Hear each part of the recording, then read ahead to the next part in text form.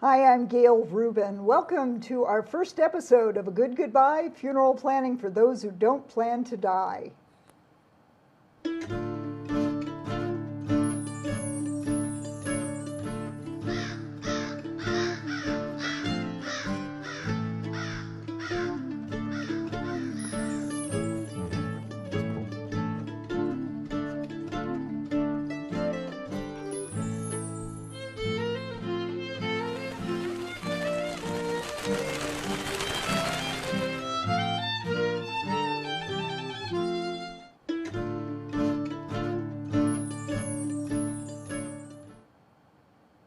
Hi, I'm Gail Rubin, host and author of A Good Goodbye, Funeral Planning for Those Who Don't Plan to Die.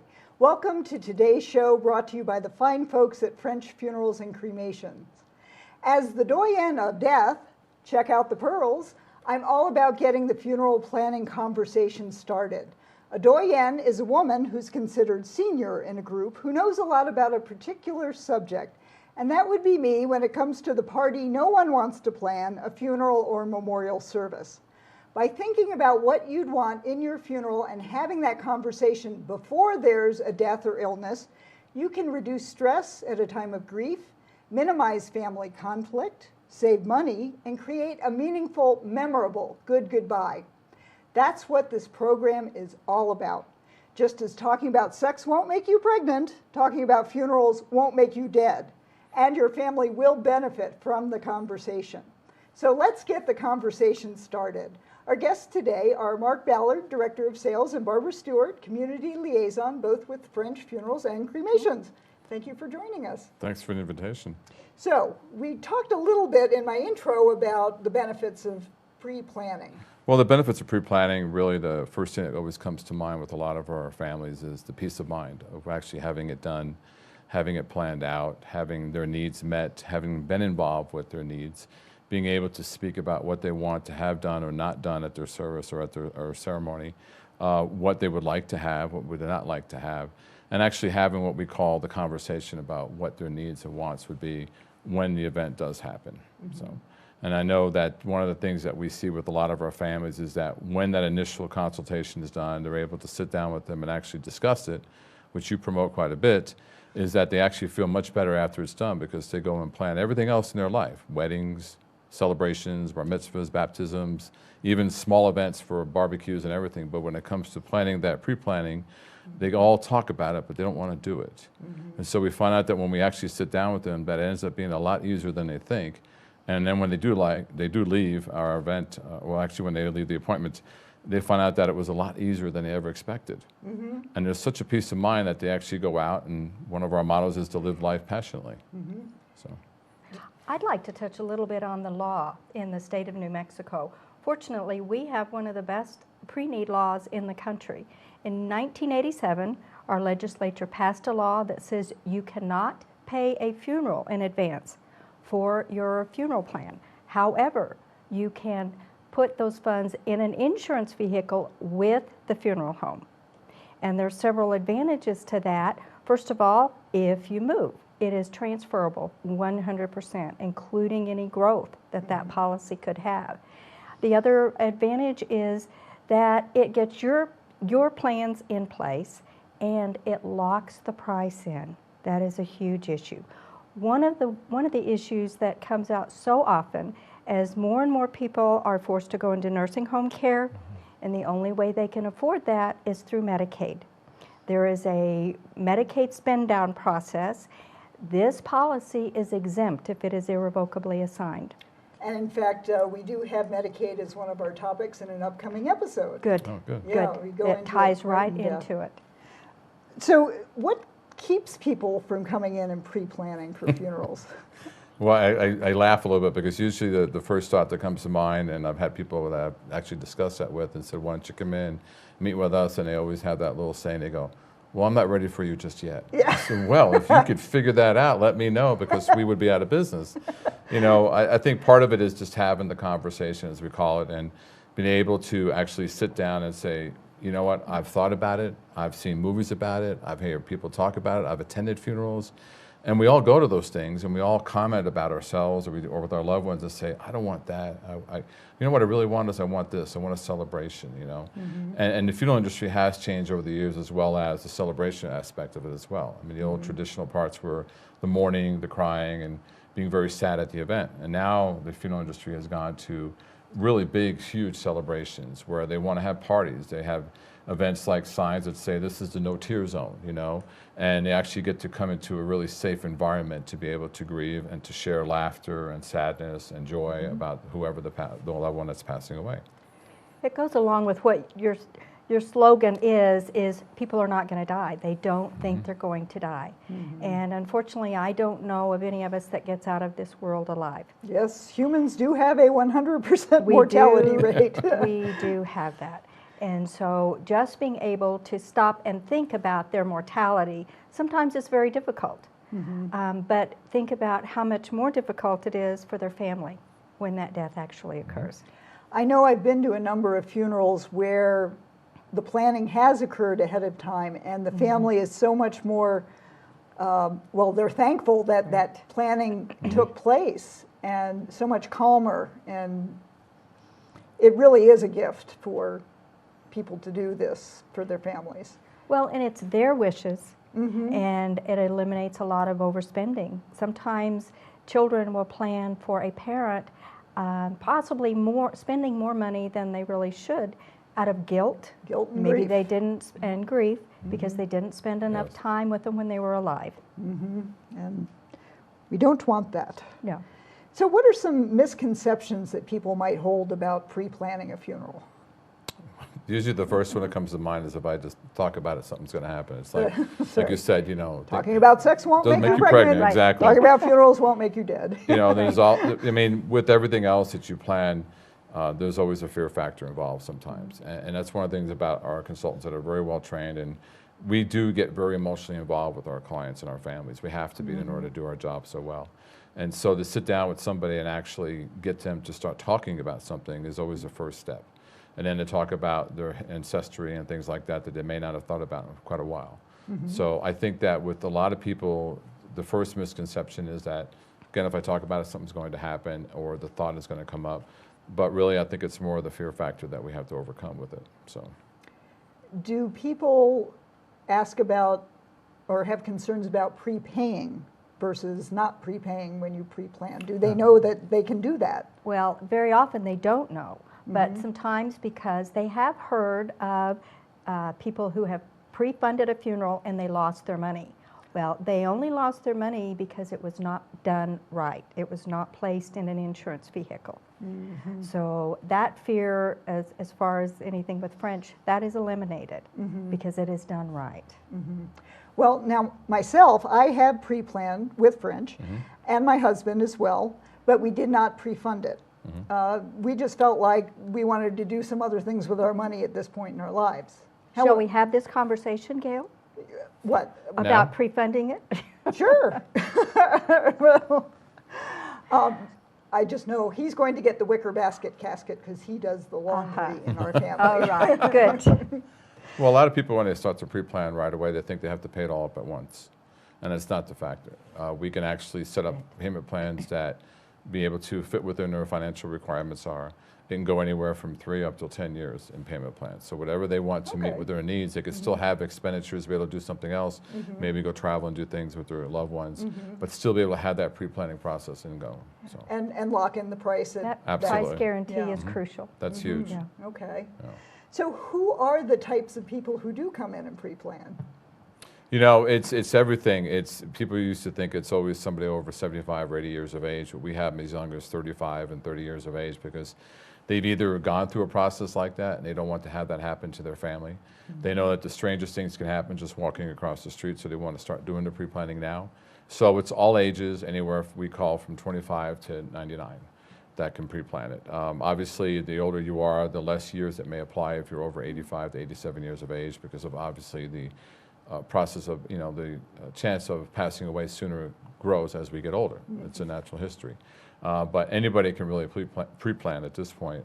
Our World War II generation is getting down to about 10 or 12% now, the survivors, and now it's the big boomer generation that's coming into aspect. And so they're internet savvy, they want to get involved, they want to be able to do some process prior to planning before they come meet with the consultant, they want to do their research. So really it's anybody. I mean, there is nobody restricted, but it is primarily usually a little more on the female side because as we know, women are a little more convincing than men are in coming to plan for something like that. So They're the party planners. Women Yes. tend to be planners, Yes. and they don't. They also care probably more deeply, in a sense, for their family that they don't want to put this burden on. The average age of people that pre-plan is around 72. Before the major declines start happening with health. That will probably change too Yeah. as the baby boomers are coming of age. And we'll talk a little bit more about different options for what they're planning for, because I'm sure the baby boomers all have their own ideas about They what do. they want to you are correct. have done with their final send-off. So we're going to take a short break, but when we return, we'll continue our conversation with Mark and Barbara of French Funerals and Cremations. A Good Goodbye, Funeral Planning for Those Who Don't Plan to Die is a light touch on a serious subject. The book has everything you need to know before you go. A Good Goodbye helps you reduce stress and family conflict, save money, and create a meaningful, memorable good goodbye. It's available in paperback and all ebook formats through online retailers and at agoodgoodbye.com. Start a conversation today. Welcome back. We're speaking with Mark Ballard and Barbara Stewart of French Funerals and Cremations. Let's continue the conversation about funeral planning issues. So before we went to the break, you actually talked a bit about online research. Yes. And I understand you have an online planner with your website for French's that can help people get their mind around the questions they need to ask and how to start filling in those answers. So we have a website available to pull up on the screen, and we'll walk through what those questions are. This is the funeralwise.com quick plan. It's a very easy way to sketch out what your funeral arrangements might be and find out what they might cost. Say, for example, you chose cemetery burial. In 4 quick steps, you can get an idea of the cost range from low cost to high cost. And this is important so you know what to budget for your funeral. As you can see, with just the selection of a casket and a burial, we're looking at anywhere from $9,000 to $12,000, almost $13,000. When you add embalming and out-of-town transportation, you can see at the end of that 4 steps what kind of funeral cost estimate you're looking at. When you save your plan with funeralwise.com, you can get an online repository of your choices that's password protected that you can pass along to your loved ones so they can find out your choices. This is my own plan. For example, I'm choosing a cemetery burial with a plain pine box. And when we view more details in my plan, you can see all of the different arrangements that you can put on file. Not only are we talking about where the burial would take place, the costs for the cemetery, the merchandise, the funeral services. You can also dictate exactly what funeral home you want to use for your services. For example, I've put my plans on file with French Funerals and Cremation, and that contact information is part of my online plan. You can go into more detail about the kind of ceremony that you'd like, what clergy person you'd like to have do it or certified celebrant, pallbearers, readings, music, flowers, memorial tributes, etc. So these are the kind of details we want to put on file so our families know what our preferences would be. And you can also put contact information for all of your family that you would want to get in touch with. So that's the funeralwise.com online planner. Did you want to add something about that, Well, Barbara? the main thing is talk to your family. Yeah. people just don't want to talk to their family about their funeral wishes. And then a death occurs and the children have no idea. And very often we are dealing with blended families anymore. And that can be a very difficult situation when part of the family says, we want Dad cremated, and the other part says, no way. So it's very important to make sure that your family knows what you want. That's Of course, family to be able to conflict. fill in this form and have that in writing makes it so much better. Absolutely. And, you know, it's funny, I do talks to the public and have a license to use funny films as part of that. And one of my favorites is 6 Feet Under. Yeah. There's an episode where there was an uncle in the family who was very quiet, and it was a very noisy family. And he has diabetes, and he goes ahead and eats something sugary, and he dies. And then the family is, he wanted to be cremated. No, we wanted to be buried. And, you know, arguments about what to do at the viewing and music and just the whole 9 yards. So it really illustrates the importance of having a conversation. In fact, the funeral director's son, Nate, talks to the guy in the casket saying, I just wish you could tell me what you wanted. And the guy talks back to him. Of course, it's TV, saying, you're asking me what I want? And we tell people to and he have says, that. yeah, it's your funeral. We tell them to have that conversation and not just have it with one sibling, have it with all of them if you can. Exactly. And let the other surviving members know that, hey, look, I did speak to Mary and I told her what I wanted, this is what I want. Relay that to everybody. Because when they do come together, we wanted to make it as comforting as possible, considering the situation. But we've had situations where families come in from out of town, aren't aware of what's going on. And there is some really heated discussion sometimes, as you mentioned, like with the 6 Feet Under. You don't know what's going on. You didn't know Dad. You weren't here. You didn't take care of him. Yes, I did. You know, and it just, you know, the more you can talk about it before, the better it is. Well, and any time cremation is a part of that process, it's so important to have as much of that taken care of in advance. And a lot of people don't realize they can sign their own cremation authorization form. In New Mexico. In New Mexico, Not every yes, state that has is correct. but, Not in every yeah. state. So Yeah. it's worth checking out. It is absolutely worth it. Yeah. And would you have any tips for people to become better prepared besides having the conversation? You know, I think that's the most important thing. I mean, even if you don't pre-plan, which we would like them to do that because it really sets there's so many benefits of it. At least have it documented, have it, you know, legally notarized and have it done by a lawyer and everything else so that your wishes are met. So at least that part is done. So should your family have to do it the day of the event, they know exactly what your wishes and wants are. And I think, like Barbara said, the more the conversation, the better there is, and have it actually noted on paper. Well, and I recommend people shop around too. You know, Absolutely. they should come to you guys. No, but absolutely they should. We want them to shop around. We Yeah. want them to go where they feel right. The one thing that we do pride ourselves in is that they can come with us with any plan they get from anywhere, and we'll compare apples to apples and make sure that they have the best options for them to make their own choices. Okay. Have you seen any unusual plans, people planning really big parties as part of their pre-need planning? Well, we've had some where they actually have had huge celebrations where they could be anywhere from having balloons released to having a balloon rally to having cigars at the event afterwards to having a huge dance party with music and libations and just having fun. They've had ones where they've actually, I mean, our industry, fortunately, can run pretty wild as far as celebrations. And even outside of our industry, in some areas of the states, they have incredible celebrations to where they have full-blown processions and they'll paint up the cars. I mean, I think people go through life and think about, you know, if I'm going to go out, this is how I want to go out.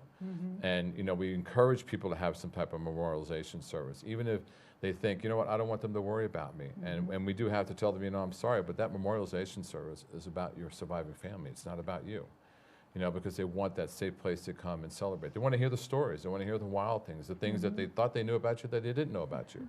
Well, and that is a very important thing about having a funeral is to share those stories and to get to know, because you're bringing together the different circles of people's lives. Right. And, you know, somebody from the Civic Club might not know about, you know, their writing or whatever.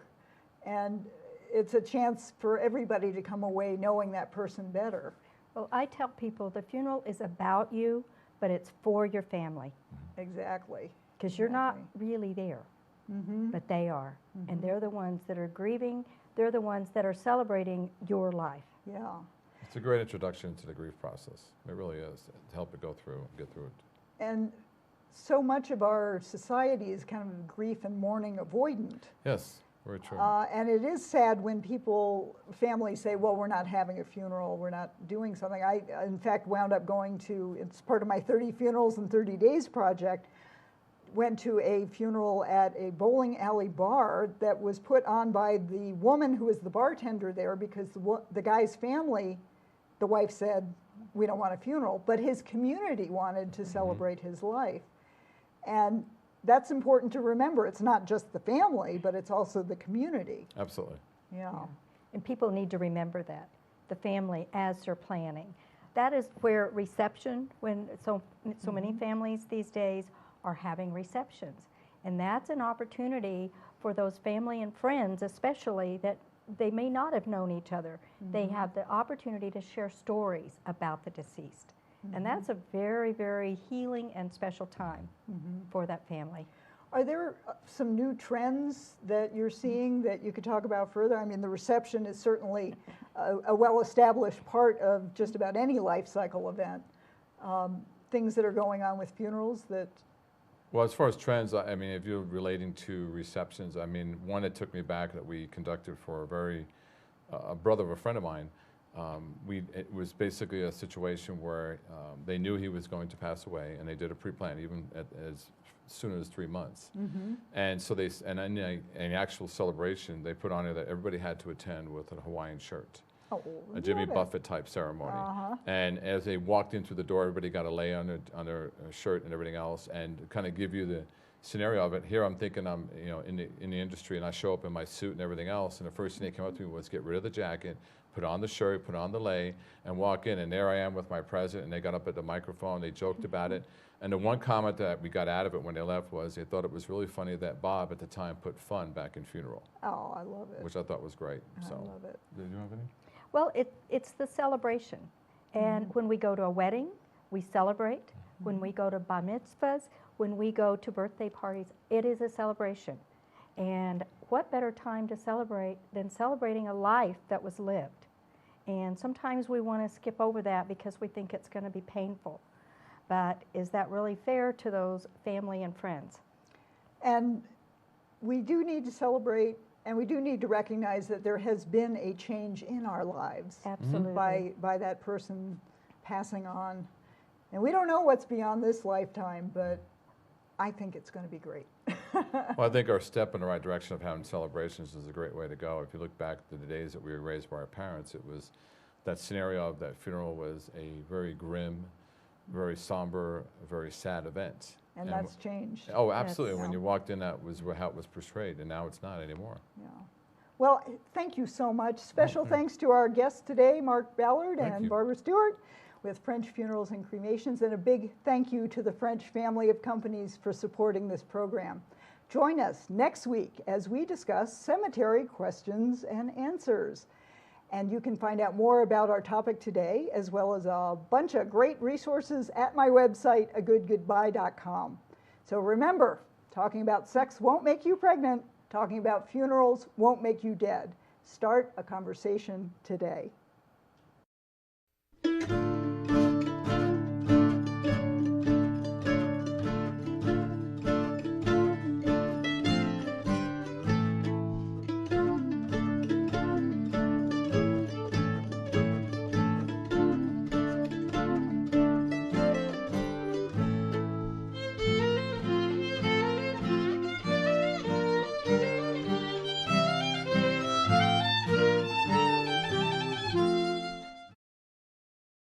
Another holiday, graduation, promotion, anniversary, and of course, the birthdays.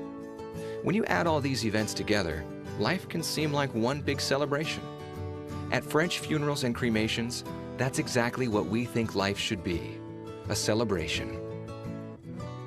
Since 1907, the French family has been committed to celebrating life. When it comes to celebrating a loved one's life, we welcome you into our home, and we're here to help with the planning and details.